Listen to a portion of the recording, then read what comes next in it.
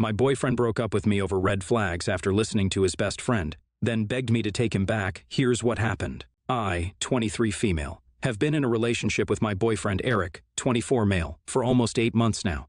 Eric has never had a steady girlfriend for this long before, and most of his exes have been flings that have never lasted for more than 3 or 4 months. So of course I like to think that this relationship is special for him, but a few days ago I realized that this might not be the case. Eric's best friend Olivia, 24 female, has been his neighbor for over 14 years now. They met back when they were 10 years old and have been best friends ever since.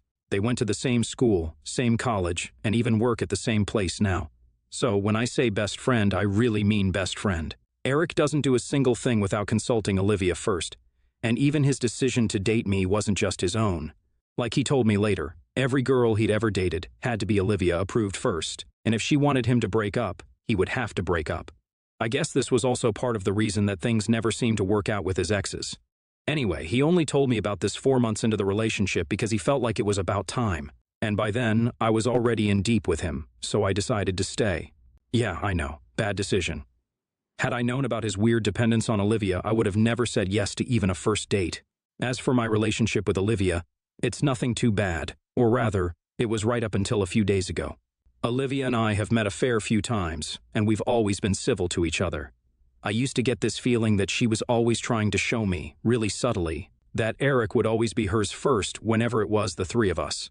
And even though it did make me feel kind of awkward, I never said anything about it.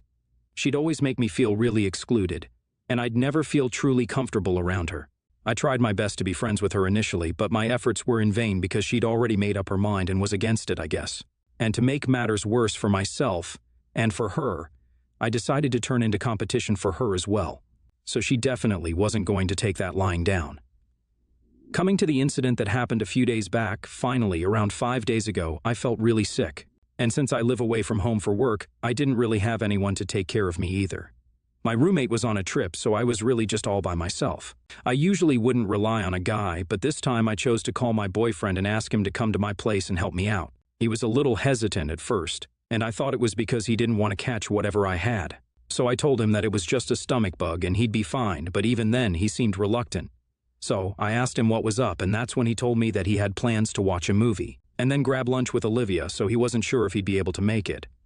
I was already sick, so I wasn't feeling my best, and on top of that, Eric was putting Olivia above me. I'd always known that if it came down to it, he'd pick Olivia over me, but it stung nevertheless. So I ended up getting really pissed off and told him that he could date Olivia and hung up without another word. I didn't respond to any of his calls after that, but around an hour later, he finally did show up and apologize for what he'd done. I felt better when he came by because if he hadn't, I really would have broken up with him. He told me that he'd canceled his plans with Olivia and had even brought me homemade soup, so I felt really good about him that day. We spent the day together, and by the time he left at night, I felt considerably better. But I didn't realize that my actions would have consequences, and the very next day, Eric ghosted me the whole day. No calls, no texts. I was a little panicked because I'd really thought that something bad had happened to him, so I kept trying to get through to him throughout the day but had no luck. At around midnight, he finally called me back, and he sounded very different from how he usually talks. He sounded serious and even kind of upset, and after asking me if I was feeling better, he told me that I might want to sit down for this. And then he proceeded to break up with me. Initially, I thought it was just a prank, but then he continued to speak and even told me that it was hard for him to come to this conclusion. But he'd finally realized that my behavior was nothing but just a bunch of red flags, and he couldn't be with me anymore.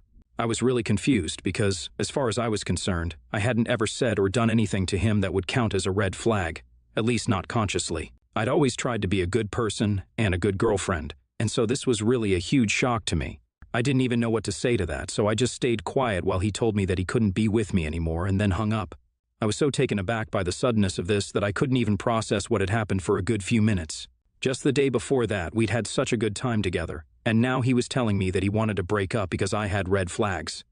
None of it made sense to me, and I ended up crying myself to sleep because I couldn't even call him or text him for answers.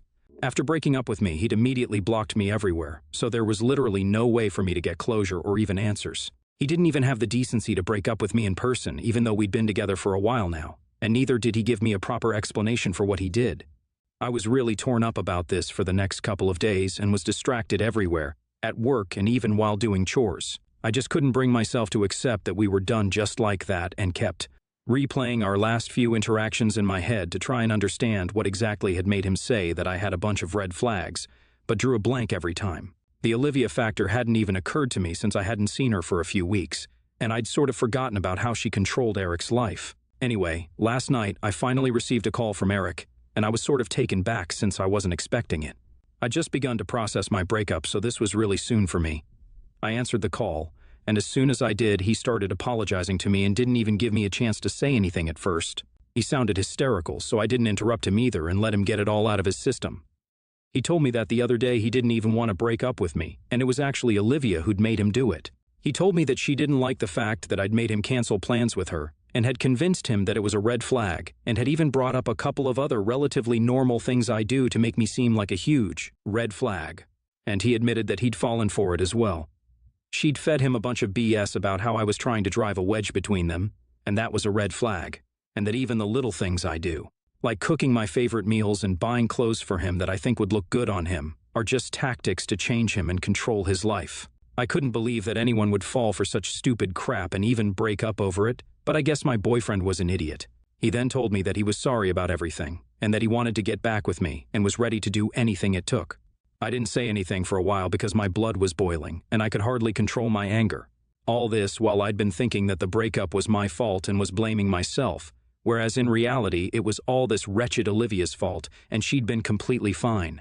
I should have known that she would definitely do something to get back at me because, after all, I'd stolen Eric from right under her nose. The day I was sick, his choosing to take care of me and canceling plans with her meant that I was competition now, and she couldn't have that, which is why she had to make sure she broke us up. It all finally added up now.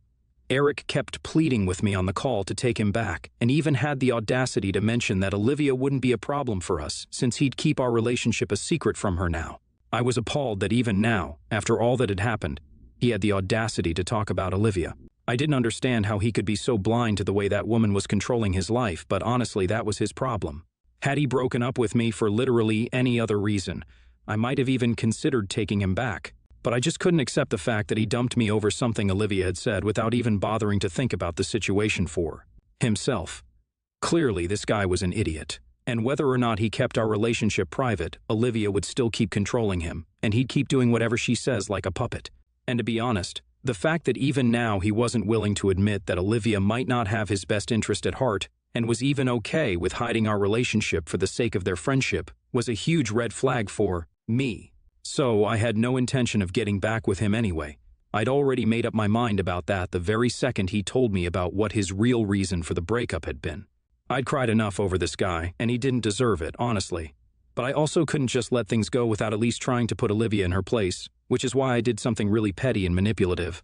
And even though I'm not particularly proud of it, I do think it was necessary. I told my boyfriend last night that I'd only get back with him on one condition. He'd have to tell Olivia about his decision first and tell her off for controlling his life. He would have to confront her and tell her that she was not his boss, and that's why he was getting back with me. Only if he did that would I get back with him, because if Olivia humiliated me, then I'd most definitely be repaying her the favor. When I told Eric what I wanted him to do, he was shocked and tried to get me to change my mind since this was extreme and unnecessary in his opinion. He tried his best to convince me not to make him do this, but I was hellbent. I told him that only if he texted her what I asked him to would I get back with him, or else he could just say goodbye to me and stay broken up. He argued for a few more minutes, but then eventually he did send her those texts, and even sent me a screenshot of it. And as soon as he did, I hung up and blocked him immediately after. I know it was petty and mean, but I couldn't help it. I'd been very upset for these past few days over our breakup, so this was the least that I could do. AITA for making Eric send Olivia those texts, especially when I had no intention of getting back with him in the first place. Update 1. So it's been 2 days since I last spoke to Eric, and he hasn't been able to contact me ever since. Olivia can't get through to me either because of course I blocked her as well. I'd been feeling kind of guilty about what I'd made Eric do, but then I went through the responses here, and I guess I don't really have any reason to feel that bad about what I did. Eric did have a choice, and he chose to send Olivia those texts because he wanted to be with me and not her. It's not like I forced him at gunpoint or whatever. He did what he wanted to do. Yeah, lying to him about getting back together was wrong, I'll admit that, but I don't think what I did was as bad as what had happened to me. He didn't think twice before making me believe that I was the red flag in our relationship when it was actually him all along who did. Everything his so-called BFF, asked him to do without even caring about how it would affect the other person or even his own life. He had no idea how horrible I'd felt during those few days that we were broken up. And I didn't have any answers and kept overthinking every little thing that I'd done, only to end up even more confused than I was initially. So, pardon me if I don't feel particularly bad about what I did. I haven't told anyone that I've broken up with Eric yet, but I guess I'll have to start telling people soon since just a few hours ago. One of my friends invited both Eric and me to her birthday party.